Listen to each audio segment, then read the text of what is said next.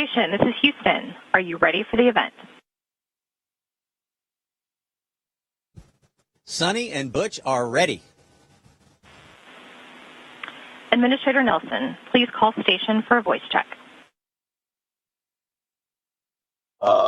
ISS. This is NASA.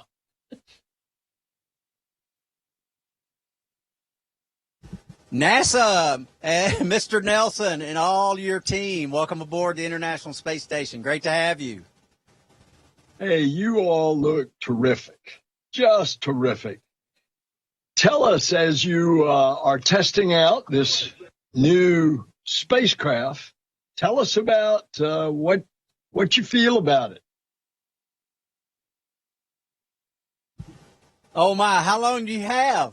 There's so much to say. I mean, from the launch was, just amazing. Throughout the ULA and the Atlas was right down the center all the way. And then staging was kind of like it was a shock. You know, we went forward in our seats, and then the Centaur starts light off. We go back.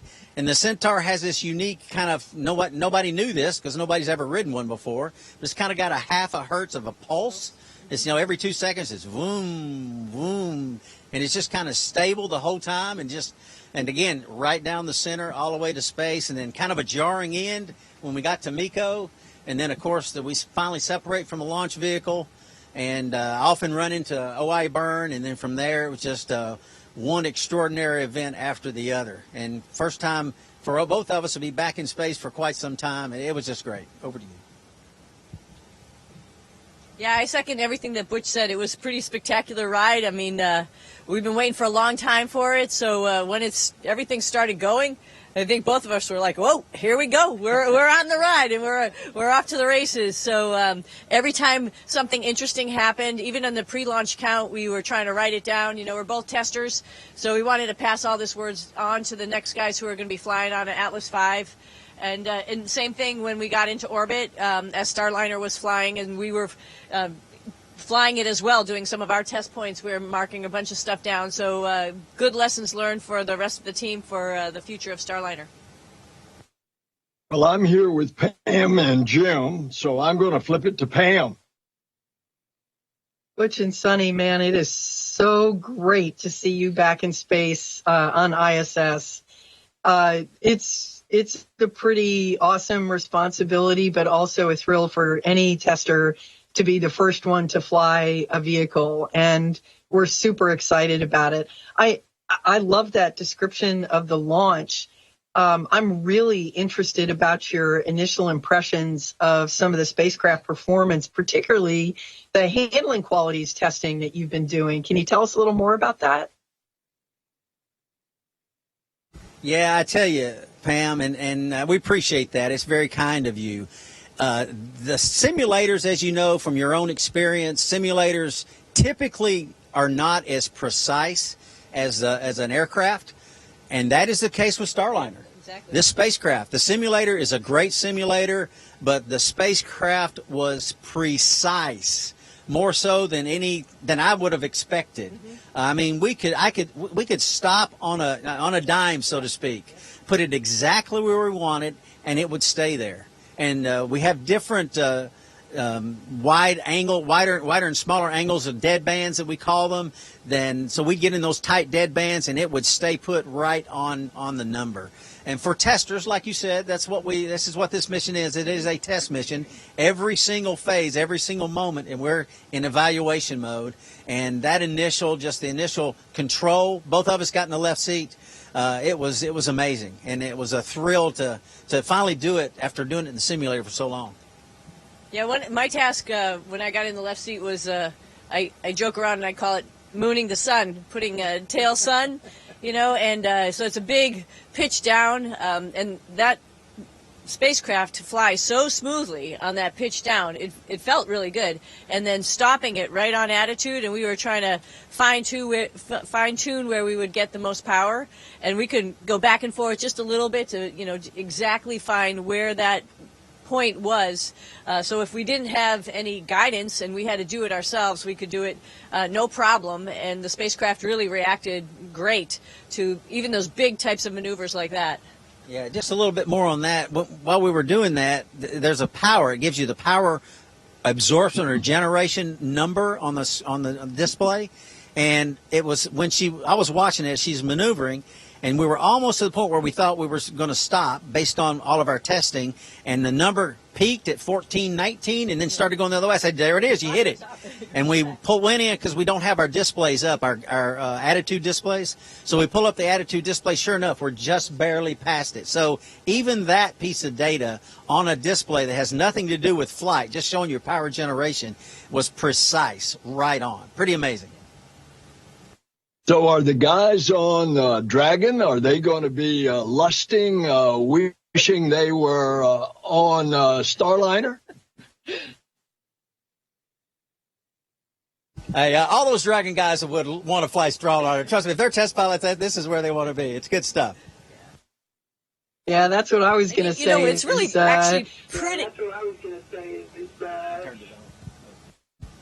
Go ahead. Pam, I was just going to say it's really pretty unique when you think about it. Here we are, Matt Dominic gave us a quick little tour up into Dragon. Oleg Konienko gave us a quick little tour in Soyuz. And then here on the front of the space station is Starliner. And when you stop and think about it for a second, Cygnus is on the space station too. It's pretty spectacular, all the different spacecraft that are here. And it's fun to sit around the dinner table and talk about how the 3 different spacecraft that we're flying are controlled, as well as, I forgot to mention Progress, which you can fly from the space station as well. So it's a pretty unique venue where you get to talk about how to fly spacecraft, to 5 different spacecraft, all in one place. So I don't know if they're jealous, but we all have they're all different and unique, and it's fun just to compare. Yeah, that's I think a unique thing every she just mentioned. tester in the world is jealous of you right now. Is jealous of you. Oh my! Well, we feel very, very fortunate. There's no doubt. Very, very blessed. But I was just going to say, I don't remember if there's ever been a time where 3 human-rated spacecraft have been attached to the International Space Station. Yeah. I don't know if that's ever happened before this mission. Human-rated with humans on board. Put it like that. So we might have a first there as well. Yeah, I'm not sure if that's ever happened. Y'all need to dig into your history books and see if that's ever occurred before.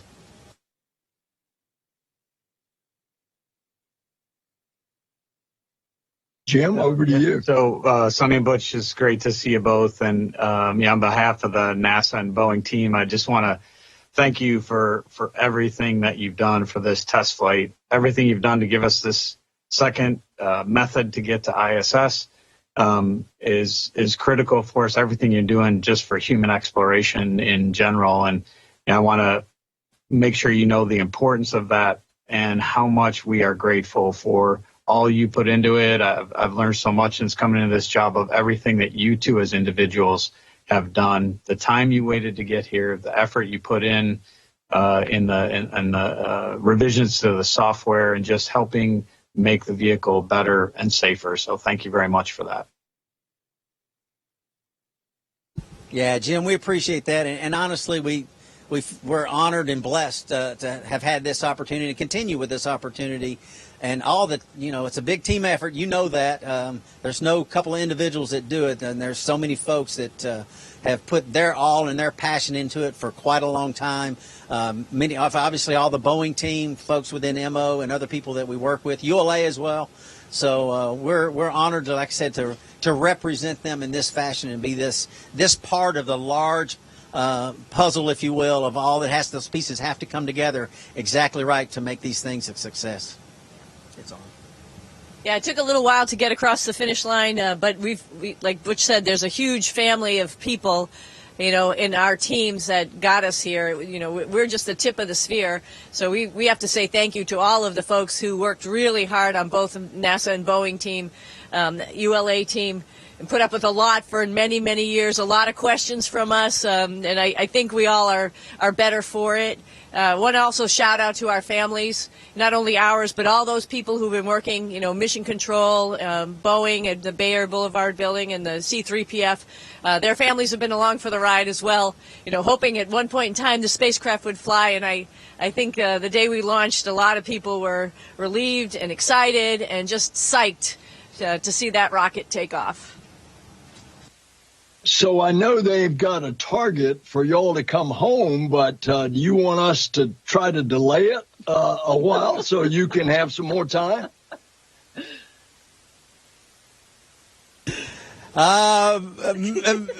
Senator Nelson, I think talking to astronauts as you do from time to time, there's not a single every astronaut looks forward to being in space and is not looking forward to coming home for many reasons. Eventually, obviously, it's time to come home. We all know that. But, yeah, a little more time would be great. We actually did some space station work today, both of us, working here on the space station. And that's really a lot of joy in that, a feeling of accomplishment as well when you take something that's not working, like the part of the processing units that takes the sweat and the urine and everything and turns it into potable water. It's a pretty amazing process. And to bring a part up for that and rectify some, things break, and that one needed replacing. So it's just a great feeling of accomplishment all the way around in many respects. Yeah, it was fun working with the team today from Cleveland.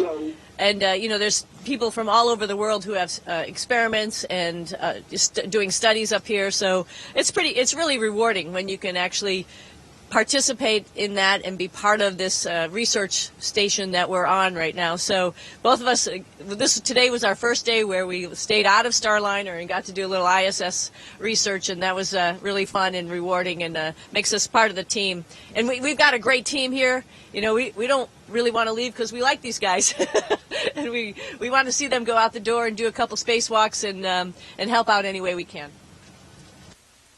So you guys have made us proud. You, along with the team, have done exactly what NASA tries to do.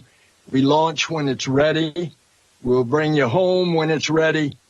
Thank you for your service to our country. And now, after this and the continuation of the ISS, all the science you're going to produce, indeed, planet Earth is going to be the beneficiary. Thank you, guys. We're going to turn it over to Vanessa Wyche to ask you some questions, too. Hi, Butch and Suni. How are you guys? Vanessa, we are doing well. We're doing Thank great. you. It's great to have you on board the space station as well. Absolutely. And just as was said by our other NASA leadership, I also want to congratulate you and tell you just how much pride everyone on the ground feels. You guys represent the best of what human spaceflight is about. One of the things that I've been getting questions about is people have been saying, hey, they've trained for this mission and they are seasoned astronauts. Have they learned or are they experiencing anything new? They want to know if you're feeling or seeing or experiencing anything new on this particular mission. I think that the way I would respond to that is that we have not experienced very much that was not new. Everything is new. Everything we're doing. I mean, from the spacesuits and putting them on and doing that process and launching and OI burns and circularizing our orbit and all the little burns that get us up to the space station. I mean, every single thing. I mean, we're putting our spacesuits on in the spacecraft yesterday, getting ready for the return, how we will do that, and developing those techniques and processes. So, yeah, everything we've done is brand new. It's been great. Yeah, and Vanessa, I would add also the space station, even though it's really familiar, it's like our home away from home, and, you know where to go and all that kind of stuff. There's been so many improvements over the last number of years, we don't have to get into how many, but the number of years since Butch and I have been here, it's incredible. You know, it's flying around usually with an iPad on your leg that has your task all, you know, instead of going to a specific computer. Just, you know, a quick example like that. The way things are organized, there's, you know, new food, everything is new here. So it's always something new to explore and understand, and, you know, it's just fun, actually. That's what makes it fun. It's not boring. That's awesome. I want you to know that your reunion with the crew on board on Dock Day, Suni, do you know that your dance has gone viral? I don't know. The music just took me. I don't know what else to say. We had a little bit of music as we came on board, and it was just really awesome to open the hatch and see these guys. And you know, a lot of them, you know, we've worked with before. Tracy and Pojo were both Capcoms for Starliner for a long time.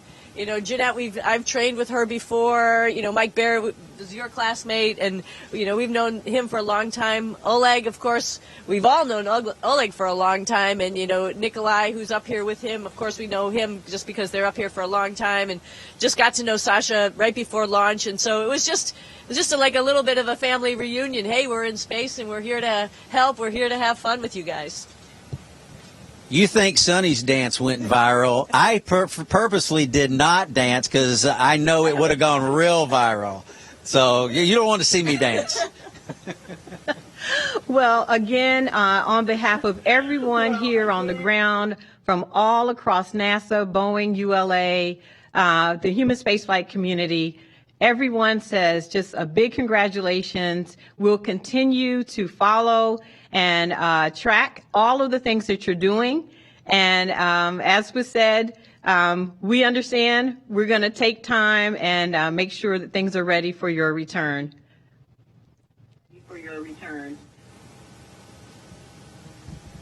Yeah, outstanding, Vanessa. We appreciate all of these words, all your words, everything you've said. And like I said, it is an honor to be here. I mean, on this camera. I mean, I'm not standing next to Suni because I can do that on Earth, but I can't do this on Earth. So that's why just do what you can while you're here and enjoy it. So, and we're taking full advantage of that. And we're just grateful, like I said, and blessed to have the opportunity. Thank you so much, all of you.